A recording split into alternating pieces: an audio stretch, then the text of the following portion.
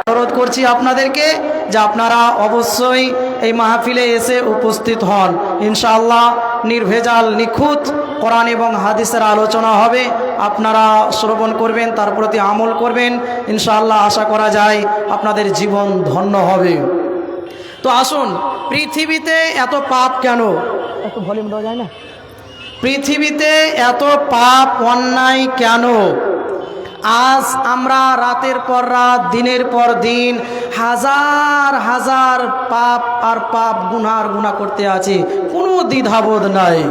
জি, নারী পুরুষ সকলেই আমরা আজকে পাপটাকে পাপী মনে করছি না, বিন্দাস চালিয়ে যাচ্ছি, কোনো হিসাব নাই। কেন? এই যে পাপগুলো আপনার আমার দ্বারা পৃথিবীতে এরকমভাবে দ্রুত গতিতে 180 মাইল বেগে ছুটতে আছে, কেন ছুটছে জানেন? এসবের বেশ কিছু কারণ রয়েছে। এক, আমরা নিজের স্বাধীনতায় চলি বলে, নিজের ইচ্ছা অনুযায়ী চলি বলে, নিজের মন চাহি জিন্দেগি চালাই বলে, নিজের নাফস যা চাই আমরা সেটাই করতে চলেছি বলে আজ পাপের মাত্রাগুলো বৃদ্ধি পেয়েছে। বলবেন মৌলানা সাহেব কি আশ্চর্য আপনি কথা বলছেন যে আমি আমার মতো চলতে পাবো না, আমি আমার নিজের ইচ্ছা অনুযায়ী চলতে পাবো না। জি অবশ্যই পাবেন, তবে আল্লাহ রাব্বুল আলামিন যিনি আপনাকে আমাকে সারা সমগ্র মানব জাতিকে আল্লাহ রাব্বুল আলামিন সুন্দর সুঠামো করে সৃষ্টি করেছেন, জ্ঞান বুদ্ধি বিবেক চেতনা শক্তি হাত পা চলছে, পাপটাকে পাপ মনে করছি না। তো বলবেন যে আমি কর্ম করি, হাড় ভাঙা পরিশ্রম করে বাড়ি গাড়ি জমি জায়গা ব্যবসা বাণিজ্য এগুলো তৈরি করেছি, বাবার জমিদারি থেকে আমি খাই, আমি আমার মতো চলতে পাবো না। জি না, আপনাকে আমাকে আল্লাহর মন মতো চলতে হবে। যে আল্লাহ রাব্বুল আলামিন তিনি আমাদেরকে খাবার দেন, যে আল্লাহ রাব্বুল আলামিন চলার জন্য আপনাকে আমাকে পা দিয়েছেন, যে আল্লাহ রাব্বুল আলামিন আপনাকে আমাকে জ্ঞান বুদ্ধি বিবেক চেতনা শক্তি, এক কথায় আপনাকে আমাকে সুন্দর রূপ, যে আল্লাহ রাব্বুল আলামিন যেমনভাবে আপনাকে আমাকে চলতে বলেছেন আমরা সেভাবে চলি না। এই যে আমাদের কাছ থেকে বিদায় নিল মাহে রমজান মাস, নেকির মাস। জি কয়েকদিন হয়ে গেল আমাদের নিকট থেকে বিদায় নিল। এই মাহে রমজান মাস যখন আসে দেখবেন যে মুসল্লিদের সমাগম বেড়ে যায়, মসজিদে জায়গা দেওয়া হুড়াহুড়ি লেগে যায়, হয় না? এমনভাবে মুসল্লিগুলো বেড়ে যায়। আবার যেই দিন সওয়ালের চাঁদ উঠে যায়, ঈদের চাঁদ উঠে যায়, আর মসজিদে মুসল্লি খুঁজে পাওয়া যায় কেন? মুসল্লিরা গেল কোথায়? তার মানে তার সিয়াম পালন করে সারা দিন অনাহারে থেকে, সারা দিন পানাহার ছেড়ে দিয়ে, পান করা বাদ দিয়ে, না খেয়ে থেকে যে কষ্টটা ভোগ করেছে, এই কষ্টটা বেকার বেকার বেকার, তার কোনো লাভ হয়নি রোজা রেখে। জি আল্লাহ রাব্বুল আলামিন কি ঘোষণা দিয়েছেন? কেন রমজানের রোজাটাকে ফরজ করেছেন? লাআল্লাকুম তাত্তাকুন, যাতে করে পরেশগার হয়, আল্লাহওয়ালা হয়, আল্লাহ ভীরু হয়, গুনাহ থেকে বিরত হয়ে যায়। পাপ আজ আমরা দিন ধর্ম থেকে অনেক দূরে সরে গিয়েছি। আজ যেন আমরা নামাজ রোজা হজ যাকাত এগুলো থেকে আমরা অনেক দূরে সরে আছি বলে পৃথিবীতে আজ আপনার আমার দ্বারা হাজার হাজার রাত দিন অন্যায় পাপগুলো ঘটে যাচ্ছে। এই পাপগুলো থেকে বাঁচতে হবে আপনাকে আমাকে। জি আপনার আমার আইডিয়া নাই যে পাপের কারণে পরজীবনে এত ভয়াবহ কঠিন জটিল শাস্তির সম্মুখীন হতে হবে, এ ব্যাপারে আমাদের আইডিয়া নাই। জি আজ নিজের ইচ্ছা অনুযায়ী চলছি, বিন্দাস খাচ্ছি দাচ্ছি ঘুরছি, আর আমরা এভাবে আলেম ওলামাদের হাজার হাজার বক্তব্য আমরা শুনে আসছি, আমাদের পরিবর্তন ঘটে না। আবার দেখবেন অনেক মানুষ ডায়লগ দেয়। কি ডায়লগ? যে আল্লাহ আমাকে যখন মসজিদে নিয়ে যাবে তখন আমি মুসল্লি হব, যখন আল্লাহ আমাকে ভালো। কারণ আপনাকে আমাকে সঠিক রাস্তা পাওয়ার জন্য সঠিক জায়গাতে পৌঁছাতে হবে। মনে করুন যেটা আপনাদের কি গ্রাম, রূপসপুর, তাই তো? ট্রেন ধরবেন তো কোথায় যেতে হবে? জি বিন্দুপাড়া। এই বিন্দুপাড়া ট্রেন ধরার জন্য আপনাকে যেতে হবে বিন্দুপাড়া। যদি মনে করেন যে আমি এই বাঁধের রোডটাতে দাঁড়িয়ে থাকবো, ট্রেন আসবে? কেন আসবে না? কারণ এটা রেলের পথ নয়, রেল লাইন নয়, যার কারণে এখানে ট্রেন কোনোদিন আসবে না। তাহলে ট্রেন ধরার জন্য আপনাকে আমাকে যেতে হবে বিন্দুপাড়া, না হলে তিলডাঙ্গা, নইলে ফারাক্কা। আল্লাহ রাব্বুল আলামিন বলছেন, রে বান্দা বান্দিরা, তোমরা সবাই জানো পথভ্রষ্ট, তোমরা সবাই গুমরাহির মধ্যে রয়েছ, তোমরা সবাই জুলুমাতের মধ্যে রয়েছ। তবে তারা ছাড়া, যারা হেদায়েতের পথে রয়েছে, সেই ব্যক্তিগুলো ছাড়া তোমরা আমার নিকটে হেদায়েত চাও, আমার নিকটে তোমরা সঠিক রাস্তায় চাও, আমি আল্লাহ রাব্বুল আলামিন তোমাকে বলে দেব। বন্ধুরে আমার, হেদায়াত পাওয়ার জন্য আপনাকে আমাকে হেদায়াতের জায়গায় পৌঁছাতে হবে। হেদায়াত পাওয়ার জন্য আপনাকে আমাকে হেদায়াতের রাস্তায় মসজিদের মুসল্লায় গিয়ে দাঁড়িয়ে যেতে হবে।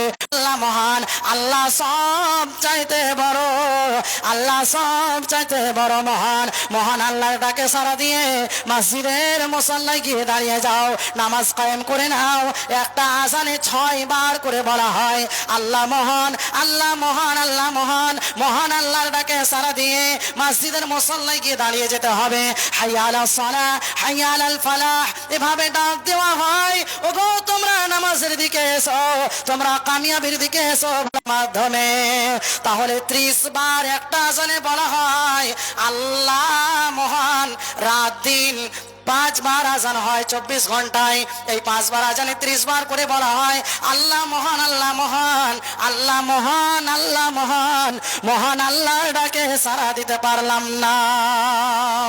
মিনার হতে ভাসিছে আজান, মিনার হতে ভাসিছে আজান, হাইয়া আলাস সালাহ। বসে বসে যে কোনো যখন মৌলানা সাহেব কিংবা হাজি সাহেব কোনো একজন মুসল্লি লোক গিয়ে বলে, আচ্ছা তুমি নামাজ পড়ো না কেন? বয়স 30, 40, 50 পার করে দিলে, কবে তুমি নামাজ ধরবে?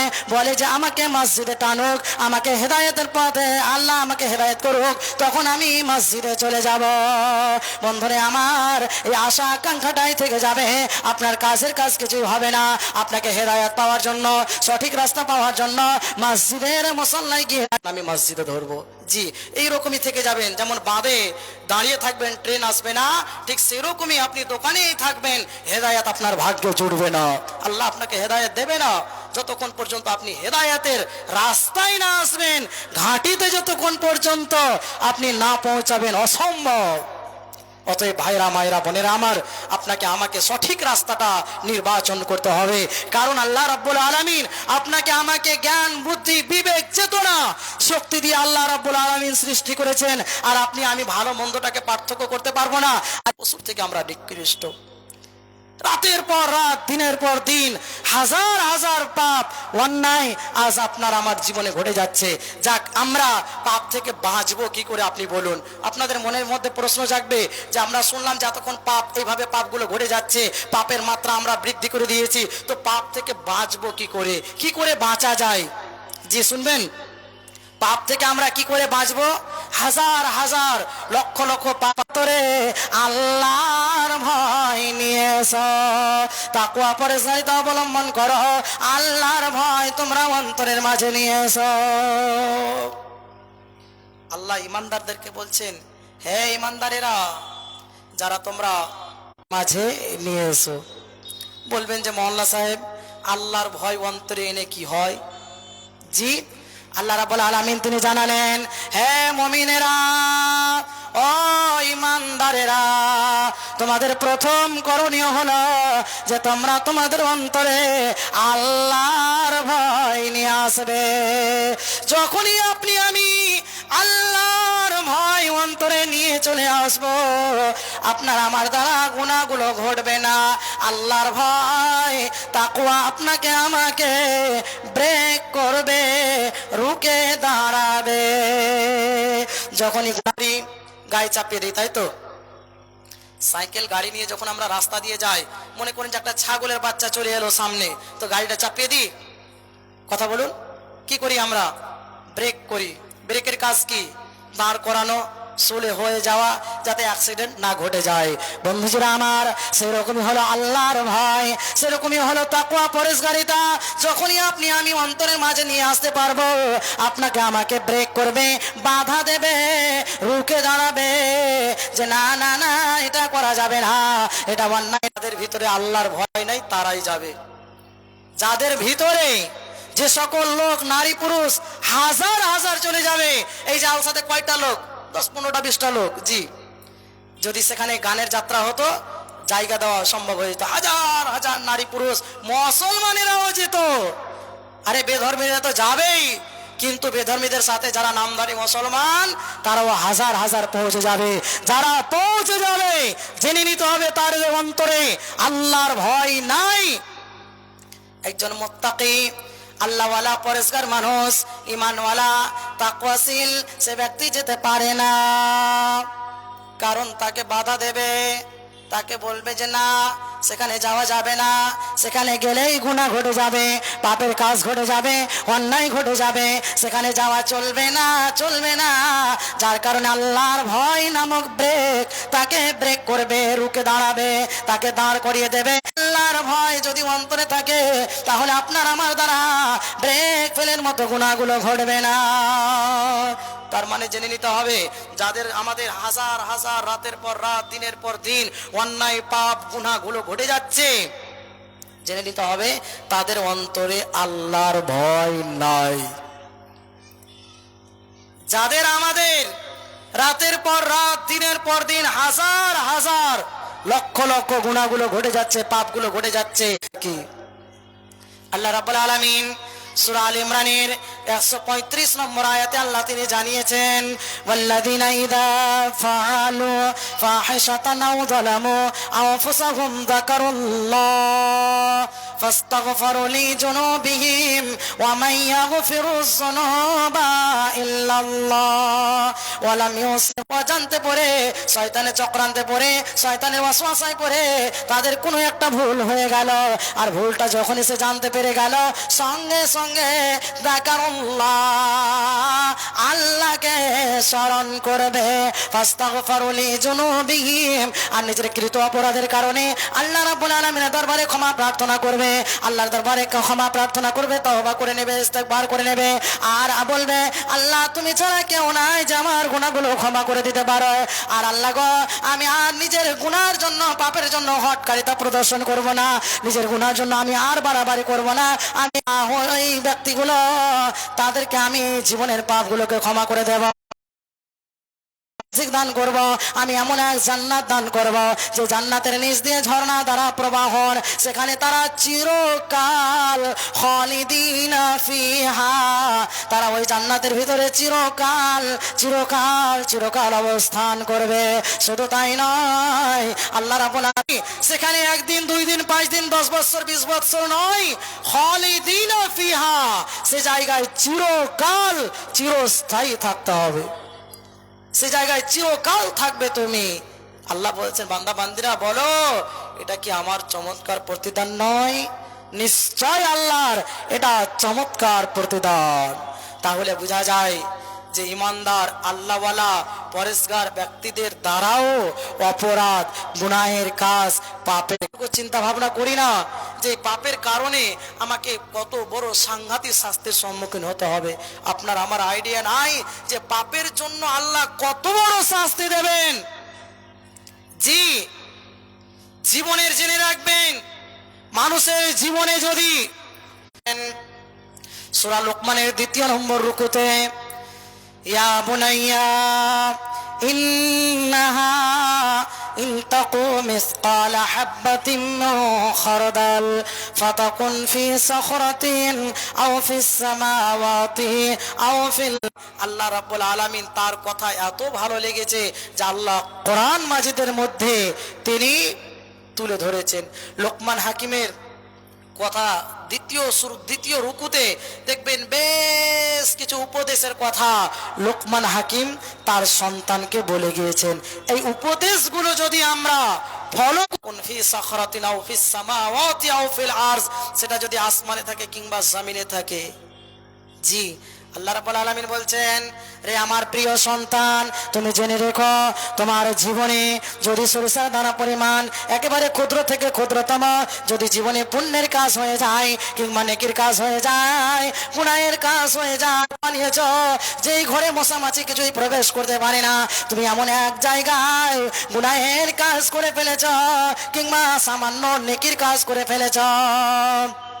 আল্লাহ রাব্বুল আলামিন বলেছেন, ইয়াতি বিহাল্লাহ, নিশ্চয় আল্লাহ রাব্বুল আলামিন সেই গুনাহের কাজটাকে, পাপের কাজটাকে আল্লাহ রাব্বুল আলামিন নেকি কিংবা পাপটাকে কিয়ামতের দিনে আল্লাহ এনে উপচার তিনি শুনতে পান, আল্লাহ তিনি দেখতে পান, আল্লাহ তিনি শুনতে পান। মানব জীবনে যদি সরিষার দানা পরিমাণ গুনাহ হয়ে যায়, ও দুনিয়ার মানুষেরা ভালো করে কথাটাকে কানে তুলে নাও, যদি তোমার জীবনে সরিষার দানা পরিমাণ গুনাহ হয়ে যায়, পাপের কাজ হয়ে যায় কিংবা নেকির কাজ হয়, ইয়াতি বিহাল্লাহ, নিশ্চয় আল্লাহ রাব্বুল আলামিন কিয়ামতের বিন্দু পরিমাণ গুনাহ নিয়ে আমরা বাঁচতে পারবো না, আমরা জান্নাতে যেতে পারবো না। সামান্য যদি জীবনে সরিষার দানা পরিমাণ আপনার আমার জীবনে যদি গুনাহ হয়ে যায়, পাপের কাজ হয়ে যায়, আমরা জান্নাতে যেতে পারবো না, অসম্ভব, জান্নাতে যাওয়া যাবে না। গুনাহগার পাপীদের জন্য আল্লাহ রাব্বুল ইস্তিগফার করে নেবেন, যেগুলো আল্লাহ এবং বান্দার মাধ্যমে হয়, বান্দা এবং আল্লাহর মাধ্যমে যেসব গুনাহগুলো হয়, আল্লাহ রাব্বুল আলামিন চাইলে সমস্ত গুনাহগুলোকে আল্লাহ তিনি ডিলিট করে দেবেন, মুছে দেবেন, ক্ষমা করে দেবেন। তবে ওই গুনাহ আল্লাহ ক্ষমা করবে না যে গুনাহগুলো আমরা বিভিন্ন কৌশলে বান্দাদের হককে আমরা নষ্ট করি, জি ভাই বোনের হককে নষ্ট করি, প্রাপ্ত জমি জায়গা পাবে আমরা অথচ দিলাম না, তার হককে মেনে নিলাম।